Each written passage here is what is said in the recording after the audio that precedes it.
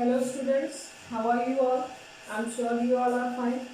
Students, आज हम बात करेंगे अपने नेक्स्ट टॉपिक के बारे में, जो कि है पिस्टल पॉलन इंटरैक्शन।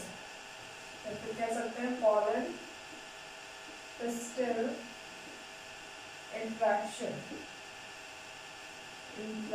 देखिए, पॉलन पिस्टल इंटरैक्शन क्या होता है? पॉलन का मतलब आप लोग जानते हैं, पॉलन का मतलब है पॉलन ग्रेन, और पिस्टल का मतलब क्या है? पिस्टल है स्टिग्मा, जो कि फीमेल रिप्रोडक्टिव पार्ट है। तो पॉलन और पिस्टल के बीच में जो इंटरेक्शन होता है, एक ऐसा इंटरेक्शन जो कि पिस्टल क्या करता है, पॉलन को एक्सेप्ट करने के लिए करता है पॉलन ग्रेन से, उसे क्या कहते हैं? Pollen pistol interaction. इसमें क्या होता है, देखिएगा, पिस्टल जो होती है, मींस जो स्टिग्मा होगी, वो पॉलन ग्रेन को या तो रिजेक्ट करती है या तो एक्सेप्ट करती है, या तो एक्सेप्ट करेगी या तो रिजेक्ट करेगी। तो इनके बीच में जो डायलॉग कंटिन्यूअस चलता है, इसी को हम लोग क्या कहते हैं? Pollen pistol interaction. अब देखिए, सबसे पहले हम लोग बात करेंगे कंपैटिबल और इनकम्पैटिबल। Compatible and incompatible. देखिए, कंपैटिबल और इनकम्पैटिबल क्या होता है? तो कंपैटिबल का मतलब है जब right type of pollen grain जब लैंड होता है स्टिग्मा के ऊपर, तो उसको कहेंगे कंपैटिबल। कह सकते हैं राइट टाइप ऑफ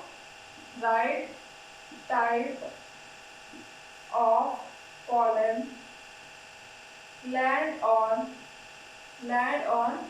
स्टिग्मा। तो इसे हम क्या कहेंगे? कंपैटिबल। और इनकम्पैटिबल का क्या मतलब है? इनकम्पैटिबल का मतलब है wrong type of pollen grain जब लैंड होता है, wrong type of pollen land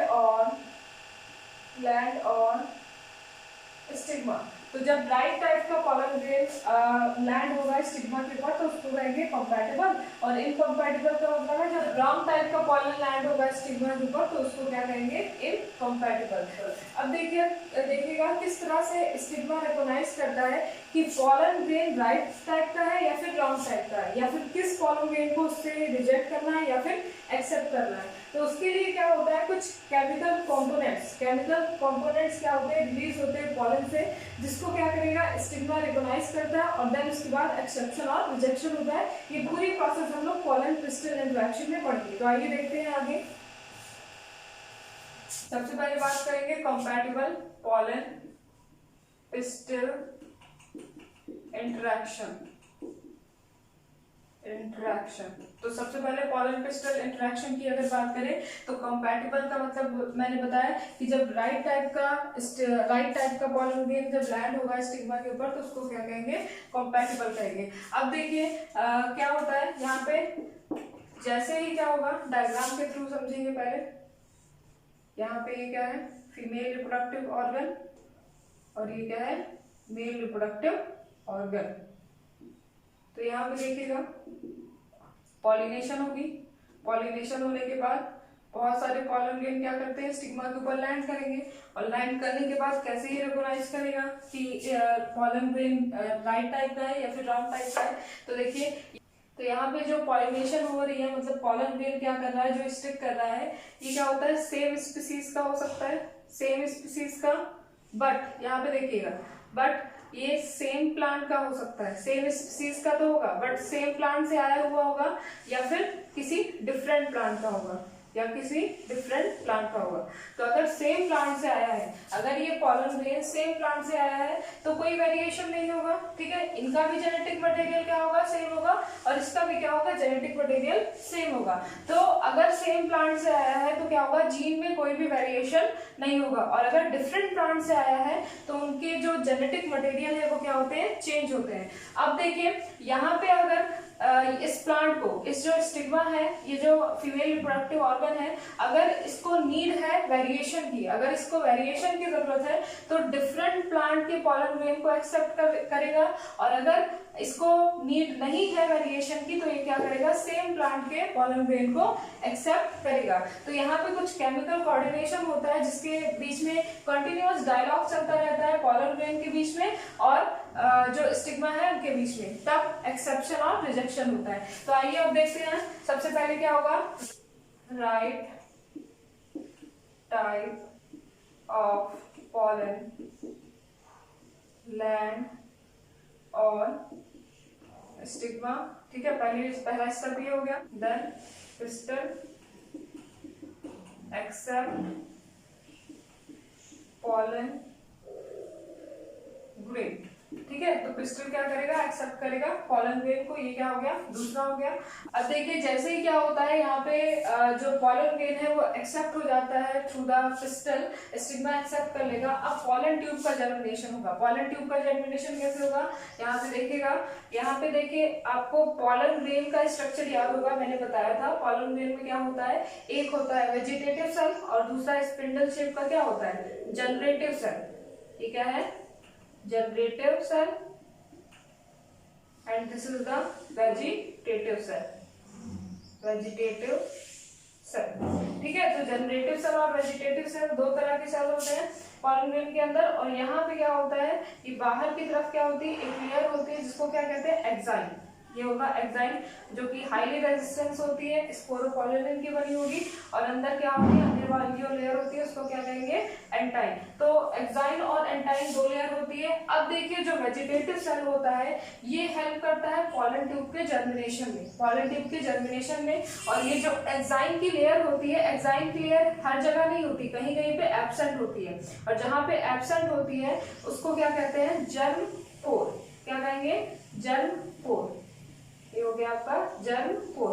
तो जैसे ही पॉलन ग्रेन क्या होता है, एक्सेप्ट हो जाता है स्टिग्मा के ऊपर। अब क्या होता है, वेजिटेटिव सेल और जनरेटिव सेल दो सेल होते हैं। वेजिटेटिव सेल क्या करता है, हेल्प करता है पॉलन ट्यूब को जर्मिनेट करने में। और पॉलन ट्यूब क्या होता है, जर्म पोर के थ्रू, ये जो जर्म पोर दिख रहा है आपका, जर्म पोर के थ्रू क्या होगा, बाहर आएगा। और जर्मिनेट होने के बाद, पॉलन ट्यूब जर्मिनेट होने के बाद ये क्या करता है, एंटर करेगा किसके अंदर, एंटर करता है ओवरी के अंदर, ठीक है, ओवरी के अंदर। और ओवरी से क्या होगा, ओव्यूल के अंदर एंटर करेगा। ओव्यूल का जो माइक्रोपाइलर एंड होता है, मैंने बताया था micropylar and, micropylar and, micropylar and से क्या होता है, पॉलन ट्यूब एंटर करता है एम्ब्रियो सैक के अंदर। और जैसे क्या होता है, माइक्रोपाइलर एंड के थ्रू एम्ब्रियो सैक के अंदर क्या करेगा, एंट्री करेगा पॉलन ट्यूब। ये क्या होता है, जो जनरेटिव सेल होती है, जनरेटिव सेल होती है, मैंने बताया था ये जो जनरेटिव सेल होती है वो दो मेल गैमेट में, दो मेल न्यूक्लियस में क्या होती है, डिवाइड हो जाती है, दो मेल गैमेट्स में डिवाइड हो जाएगी, ठीक है। दो मेल गैमेट में डिवाइड हो गई। अब डिवाइड होने के बाद जैसे इसकी एंट्री होती है एम्ब्रियो सैक के अंदर, यहाँ पे प्रेजेंट होता है एग सेल, ये प्रेजेंट होगा एग सेल। और ये होता है सेंटर पे पोलर न्यूक्लियाई, पोलर न्यूक्लियाई, ठीक है। और ये क्या होगा, ये जो ऊपर वाले तीन सेल होते हैं उसको क्या कहते हैं हम लोग, एंटीपोडाल सेल, एंटीपोडाल सेल, जो कि नॉन फंक्शनल होते हैं, इनका कोई फंक्शन नहीं होता है। और साइड वाले जो सेल होते हैं इसे कहते हैं सिनर्जिड्स, सिनर्जिड्स। और ये क्या होगा, एक्स सेल होगा। तो जैसे ही क्या होता है, एंट्री होती है, एंट्री होने के बाद पॉलन ट्यूब के थ्रू मेल गैमेट का एंट्री होता है। एंट्री होने के बाद क्या होता है, दो मेल गैमेट है, एक मेल गैमेट जो होता है वो फर्टिलाइज हो जाता है, फ्यूज हो जाता है किसके साथ, पोलर न्यूक्लियाई के साथ, और बनाता है क्या, एंडोस्पर्म। क्या फॉर्म करेगा, एंडोस्पर्म। और एक मेल गैमेट क्या होता है, फ्यूज हो जाता है एग सेल के साथ, जो कि क्या बनाएगा, जाइगोट, जाइगोट। और इसे हम सिनगैमी भी कहेंगे, syngamy. Fusion between male and female gamete is called syngamy. तो सिनगैमी से कहेंगे। तब देखिए यहाँ पे दो बार फर्टिलाइजेशन होती है, एक बार क्या होता है पोलर न्यूक्लियाई के साथ और एक बार क्या होता है एग सेल के साथ। तो दो बार फर्टिलाइजेशन हुई, इसीलिए इसको क्या कहते हैं, डबल फर्टिलाइजेशन। क्या कहेंगे, डबल फर्टिलाइजेशन। ये मैंने बताया था लेक्चर में आपको, डबल फर्टिलाइजेशन या फिर 3n फ्यूजन। 3n फ्यूजन क्या होता है, देखिए 3n फ्यूजन क्या होता है, यहाँ पे जो पोलर न्यूक्लियाई था इसमें कितने न्यूक्लियस थे, दो न्यूक्लियस थे। दो न्यूक्लियस का मतलब क्या हो जाएगा, 2n। इसकी प्लॉइडी क्या हो जाएगी, डिप्लॉइड हो जाएगी। और एक क्या होता है, मेल गैमेट आता है, एक क्या करेगा, मेल गैमेट आएगा। मेल गैमेट की प्लॉइडी क्या होगी, n होगी। तो 2n plus n, 2n plus n fuse होगा, और फ्यूज होकर आपस में क्या होता है, 3n बना लेगा। तो 3n बना लेगा, इसी को क्या कहेंगे, ट्रिपल फ्यूजन, ट्रिपल फ्यूजन, ठीक है, या फिर 3n फ्यूजन भी कहते हैं, ट्रिपल फ्यूजन या फिर 3n फ्यूजन।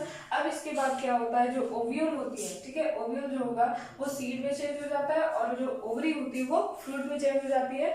फिर एम्ब्रियोजेनेसिस की, इसके बाद जो फर्टिलाइजेशन है, फर्टिलाइजेशन के बाद एम्ब्रियोजेनेसिस की प्रोसेस होती है। वो एम्ब्रियोजेनेसिस की प्रोसेस मैं आपको पढ़ाऊंगी नेक्स्ट लेक्चर में। नेक्स्ट इसके बाद देखते हैं इनकॉम्पैटिबल। तो नेक्स्ट टॉपिक इज इनकॉम्पैटिबल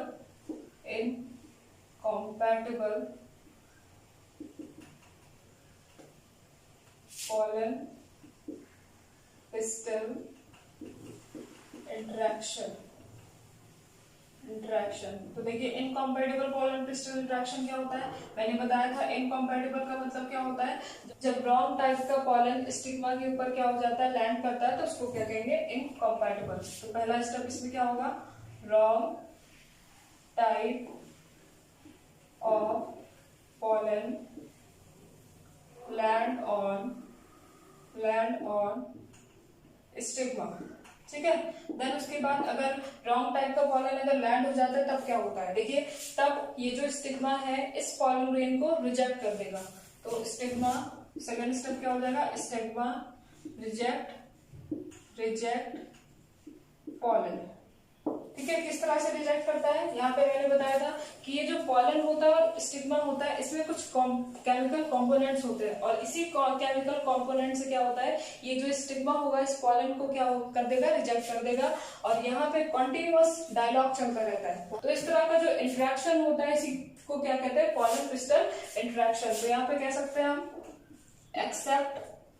एक्सेप्ट और रिजेक्ट, एक्सेप्ट और रिजेक्ट ऑफ pollen और दूसरा है continuous dialogue